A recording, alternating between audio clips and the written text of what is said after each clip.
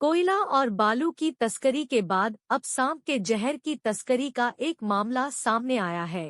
गुप्त सूचना के आधार पर सांप के जहर के साथ 4 लोगों को गिरफ्तार किया गया। आसनसोल वन विभाग अधिकारी को सूचना मिली कि एक वाहन चनाकुड़ी मार्ग से गुजर रही है, जिसमें कीमती सांप का जहर है। इस छापेमारी के बाद 4 लोगों को सांप के जहर के साथ गिरफ्तार किया गया है। वन विभाग के अधिकारियों का मानना है कि पकड़े गए लोग सांप के जहर का रैकेट में शामिल है।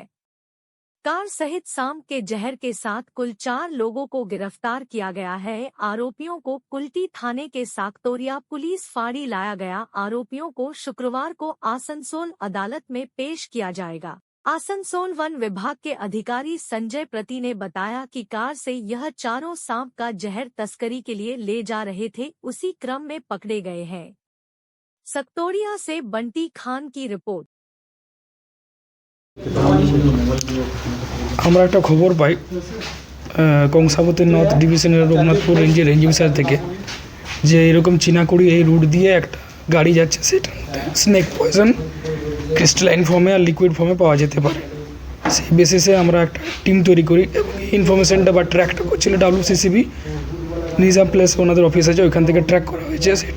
সেই ইনফরমেশনের বেসিসে আমি আসি আমার দলবল নিয়ে এবং এখানে এনাদেরকে কিন্তু ওই গাড়ি শুদ্ধ অ্যারেস্ট করা হয়। কতজনে গ্রেপ্তার করা হয়েছে? মোট 4 জন অ্যারেস্ট করা হয়েছে। স্নেক পয়জন ক্রিস্টালাইন ফর্মে পাওয়া গেছে, একটা অ্যাম্পুলে পাওয়া গেছে, লিকুইড ফর্মে পাওয়া গেছে। স্যার মার্কেটে কীরকম প্রাইস? মার্কেটের প্রাইস আমি ঠিক এখন বলতে পারবো না, কারণ এগুলো আমাদের এই মুহূর্তে বলাও ঠিক নয়।